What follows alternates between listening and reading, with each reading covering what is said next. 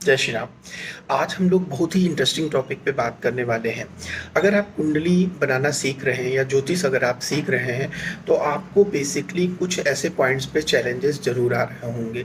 जैसे कि क्या किसी जातक की लाइफ में पर्टिकुलर इवेंट होगी या नहीं होगी?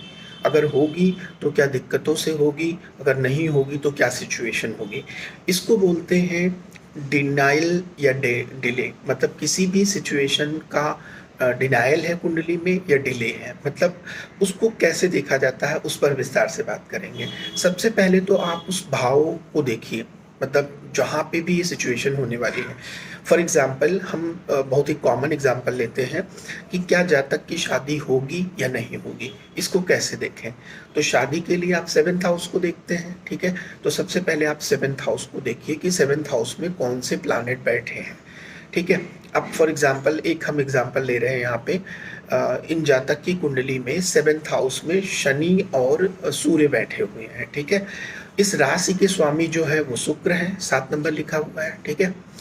अब देखिए लग्न में कोई प्लैनेट बैठा है? नहीं, लग्न में कोई नहीं बैठा है। तो दृष्टि किसी की आ रही है क्या इस पे?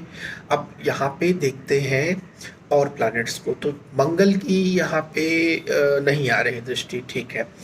और किसी प्लैनेट की दृष्टि सेवेंथ हाउस पे नहीं है, यानी कि पहला जो इम्पैक्ट आने वाला है इनके सेवेंथ हाउस पे वो शनि और सूर्य का होगा, ठीक है। अब दूसरा इम्पैक्ट इसके भाव के स्वामी कहाँ बैठे हुए हैं और कौन है? तो इस कुंडली में इस भाव के स्वामी जो है शुक्र है, जो कि फिफ्थ हाउस में लग्नेश मंगल के साथ बैठे हुए हैं, ठीक है। तो लग्नेश जो है फिफ्थ हाउस में जाके शुक्र के साथ बैठे हैं, तो एक चीज़ तो बहुत क्लियर है कि ये जातक जो है फिफ्थ हाउस मतलब रोमांस का भी होता है, प्रेम का होता है। तो ये जातक जो है बहुत प्रेमी स्वभाव के होंगे। शुक्र के साथ बैठा हुआ है तो ये अपने पार्टनर को प्यार भी करेंगे, मतलब जो लग्नेश का जो है सेवेंथ हाउस के साथ में युति है, ठीक है। तो जो पहला इंडिकेशन आया था, चूंकि शनि बैठे हैं और सूर्य बैठे हैं तो सेवेंथ हाउस डिस्टर्ब तो है, ठीक है। यानी कि शनि के बैठने के वजह से ये जो है इस जातक की शादी डिले हो सकती है, ठीक है। और यहाँ पे सूर्य भी बैठे हैं, तो यहाँ पे शनि सूर्य की युति जो है मैरिज को खराब कर रही है, ठीक है। अब मैरिज होगी कि नहीं होगी, अगर होगी तो किन परिस्थितियों में होगी, इसके लिए अब कारक भाव को देखते हैं। तो सेवेंथ हाउस के कारक भाव जो है गुरु और शुक्र दोनों ही होते हैं, ठीक है। तो शुक्र तो फिफ्थ हाउस में बैठे हैं त्रिकोण में, मतलब केंद्र का स्वामी त्रिकोण में चला गया, तो ये अच्छी प्लेसमेंट है, ठीक है। लेकिन अब इनके सेवेंथ हाउस के कारक गुरु को देखते हैं, तो गुरु आप देख रहे हैं एट्थ हाउस में केतु के साथ बैठे हैं, ये भी अच्छी स्थिति नहीं है, मतलब कारक पीड़ित हैं। एक तो एट्थ हाउस में चला गया, ऊपर से गुरु भी बैठे हुए हैं, ठीक है। ऊपर से केतु भी बैठे हैं, गुरु केतु की युति है एट्थ हाउस में। लेकिन यहाँ से एक चीज अच्छी दिख रही है कि गुरु सेकंड हाउस और फोर्थ हाउस को देख रहे हैं, ठीक है। वो सेवेंथ हाउस को तो नहीं देख रहे हैं, लेकिन सेकंड हाउस परिवार का होता है, धन का होता है, कुटुंब का होता है, ठीक है। और इसके अलावा गुरु अपनी नौवीं दृष्टि से फोर्थ हाउस को भी देख रहे हैं, तो घर तो नहीं खराब होने देंगे गुरु। सातवीं दृष्टि से सेकंड हाउस को भी देख रहे हैं, तो यहाँ से पॉजिटिव जो है हमें पॉजिटिव सिम्टम्स मिल रहे हैं कि शादी होगी। अब इसके लिए D9 देखते हैं कि और ज़्यादा श्योरिटी के लिए। तो D9 में आप जैसा कि देख पा रहे हैं कि इनके सेवेंथ हाउस के लॉर्ड फिर से फिफ्थ में ही बैठे, मतलब वो वर्गोत्तम हो गए, सप्तमें से यहाँ पे वर्गोत्तम हो गए, ठीक है। और कारक भाव जो है इनके यहाँ पे वो जो है एट्थ में ही बैठे हैं, यानी गुरु भी वर्गोत्तम हो गए। मेष लग्न की कुंडली है और D9 में भी मेष लग्न ही आ रही है, तो ये कुंडली ही जो है वर्गोत्तम हो गई, ठीक है। तो ये जातक कुछ खास होंगे, वर्गोत्तम दोनों ही दोनों ही कुंडलियां सेम लग्न से बन रही है, ठीक है। ये भाग्यशाली होंगे। अब यहाँ पे और चीज़ों को चेक करते हैं। अब देखिए यहाँ पे सूर्य सेवेंथ में ही बैठे हुए हैं, मतलब सेवेंथ हाउस रहेगा, पीड़ा में है सेवेंथ हाउस। लेकिन चूंकि गुरु अभी भी एट्थ में बैठे हैं, तो ठीक D1 वाली सिचुएशन D9 में भी दिख रही है, क्योंकि सप्तमेश जो है सप्तमेश ने जो है पंचमेश से यहाँ पे परिवर्तन किया हुआ है। तो इस जातक की शादी होगी। शुरुआत में दिक्कत होगी इसलिए क्योंकि सूर्य और शनि की युति है सेवेंथ हाउस में, ठीक है। सेवेंथ हाउस में सूर्य और शनि की युति है, तो शनि यहाँ पे डिले करेंगे शादी को। और यहाँ पे सूर्य और शनि दिखा रहे हैं कि पति पत्नी के बीच में जो है ईगो और अहंकार को लेकर जो है इश्यू रहेगा। तो अगर इस जातक ने अपने अहंकार पर, ईगो पे जो है विजय प्राप्त कर ली, तो इनकी मैरिज लाइफ ठीक रहेगी। ठीक है। अदरवाइज ईगो क्लैशेस होंगे, क्योंकि जब भी आपको कुंडली के किसी भी भाव में सूर्य और शनि की युति मिले तो वहाँ पर ईगो क्लैशेस होने के बहुत ज़्यादा चांसेस होंगे। अब अगर ये जातक इसको दूसरे पॉइंट ऑफ व्यू से देखते हैं, मैरिज का तो हमने समझ लिया, यहाँ से जो है व्यापार को भी देखा जाता है।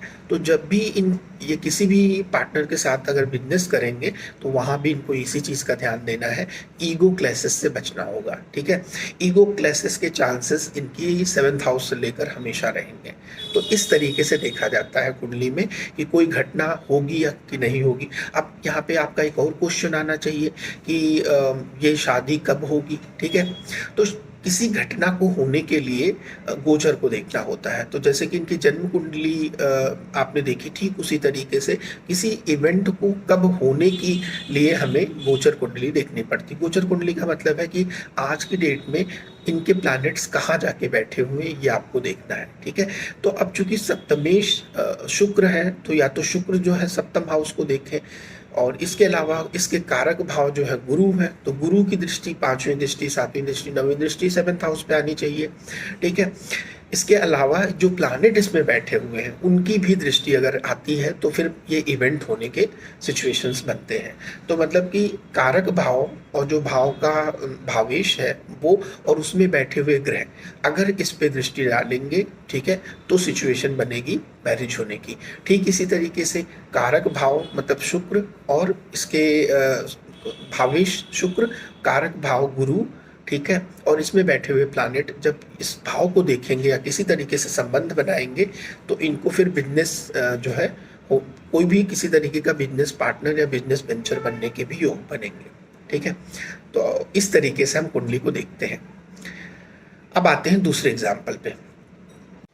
अब इसी कुंडली में चेक करते हैं कि इस जातक को पैसा कैसे प्राप्त होगा, मतलब धन की क्या स्रोत होंगे। तो 2nd हाउस में आप देख रहे हो राहु बैठे हुए हैं, और 2nd हाउस में कोई और दृष्टि आ रही है, हाँ गुरु की 7वीं दृष्टि आ रही। केतु तो ऑब्वियस है देखेंगे जब राहु बैठे हुए हैं। 2nd हाउस का लॉर्ड जो है वो 5th हाउस में जाके बैठे हुए हैं मंगल के साथ, मतलब लग्नेश के साथ में युति है। तो ऐसा जातक एक चीज़ तो बहुत क्लियर है कि बहुत ही एफर्ट करेगा पैसा कमाने के लिए, ठीक है, क्योंकि लग्नेश खुद जो है बैठे हुए हैं 2nd हाउस लॉर्ड के साथ में। तो ऐसा जातक की एनर्जी, मतलब मंगल क्या है, एनर्जी है। इस जातक की एनर्जी जो है अपनी पर्सनालिटी को बनाने में और पैसा कमाने में काफ़ी हद तक जाएगी, ठीक है। 2nd हाउस के लॉर्ड चूँकि राहु 2nd हाउस के लॉर्ड वीनस के घर में राहु बैठे हुए हैं वृषभ राशि में, तो वृषभ राशि में राहु अच्छा रिजल्ट देते हैं। तो ऐसे जातक कि बहुत सारे फॉरेन क्लाइंट होंगे, फॉरेन से पैसा कमाएगा, ठीक है, मल्टीनेशनल कंपनी में जॉब कर सकते हैं या मल्टीनेशनल कंपनीज को ये कंसल्टिंग दे सकते हैं, ठीक है। तो एक चीज़ आपको दिख रही। दूसरा गुरु की 7वीं दृष्टि है, तो ऐसे जातक की जो है वर्बल कम्युनिकेशन बहुत अच्छी हो सकती है, क्योंकि गुरु यहाँ से 7वीं दृष्टि से राहु को कंट्रोल भी कर रहे हैं और 2nd हाउस को भी देख रहे हैं, ठीक है। तो इस जातक को पैसे कमाने के ऑप्शन सबसे पहला तो राहु से होगा, क्योंकि राहु बैठे हुए हैं, ठीक है। तो राहु से मैंने आपको बता दिया किस तरीके से आएगा पैसा। 2nd चूँकि गुरु देख रहे हैं तो ये जातक टीचिंग में या ट्रेनिंग में बहुत अच्छे हो सकते हैं। राहु तो बैठे ही हुए हैं, राहु तो मार्केटिंग के ग्रह ही होते हैं, ऊपर से जो है इसके जो है बृहस्पति जी ने भी देख लिया। तो ये जातक जो है बोलने में बहुत अच्छे होंगे, इनकी कम्युनिकेशन बहुत अच्छी होगी, ठीक है। इसके बाद में जो कि 2nd हाउस के लॉर्ड है वो 5th हाउस में जाके बैठे लगने इससे, तो ऐसा जातक बहुत क्रिएटिव होगा, ठीक है। ऐसा जातक शेयर मार्केट से भी पैसा कमा सकता है, ठीक है। चूँकि 5th हाउस में लग्नेश और शुक्र की युति है, तो इसका मतलब ऐसा जातक जो है बच्चों के पैदा होने के बाद में और ज़्यादा पैसा बनाएगा, ठीक है, क्योंकि 5th हाउस जो है बच्चों का होता। तो हो सकता है इनके लाइफ में उतना पैसा इन्होंने पहले नहीं कमाया होगा जितना इनके बच्चे पैदा हुए होंगे उसके बाद कमाया होगा। 5th हाउस से पास्ट ब्लेसिंग्स भी देखी जाती हैं, तो इस जातक को पास्ट लाइफ के ब्लेस भी मिलेंगे, ठीक है, जिसको कहते हैं पास्ट पिछले जन्म के पुण्य कर्म, ठीक है। तो ये भी यहाँ से क्योंकि 9th से 9th है, ठीक है। तो इस तरीके से हमें देखा जाता है कि किसी भी भाव के कारक, उस भाव के भावेश और उसमें बैठे हुए ग्रह, ठीक है, किस तरीके से उस भाव को प्रभावित कर रहे हैं। तो आपको 3 चीज़ें हमेशा देखनी जब भी आप कोई कुंडली देखें। तो आपको सबसे पहले तो खोजना है कि उस हाउस से रिलेटेड इवेंट के चांस है कि नहीं। अब जैसे 2nd हाउस की हमने बात करी, इसके पहले हमने 7th हाउस की बात की थी। तो 2nd हाउस के होने के चांसेस इसलिए पहले ही बढ़ गए क्योंकि राहु बैठे हैं। राहु तो वैसे ही जो है कहते हैं ना, आज की डेट में राहु जिसका अच्छा है उसका सब कुछ अच्छा है, ठीक है। तो सेकंड हाउस में राहु ने वृषभ राशि में ये इंडिकेट कर दिया कि पैसा तो कमाएंगे। दूसरा था कि राहु को गुरु ने देख लिया, तो गुरु जो है राहु को कंट्रोल कर रहे हैं, गलत तरीके से नहीं कमाएगा, ठीक है। इसके बाद लग्नेश फिफ्थ हाउस में बैठे हैं सेकंड हाउस लॉर्ड के साथ, तो ये भी बहुत अच्छी होती होगी। ऐसा जातक पैसे के पीछे भागेगा, परिवार के लिए पैसा कमाएगा, ठीक है। तो ये चीज़ें हमें देखनी होती हैं। ये तो अभी बेसिक लेवल पे मैं आपको समझा रहा हूँ, इसकी एडवांस टेक्निक्स भी मैं आगे आने वाले वीडियोस में बनाऊंगा। अगर आपको ये वीडियो अच्छा लगा हो तो please like and subscribe. Thank you very much.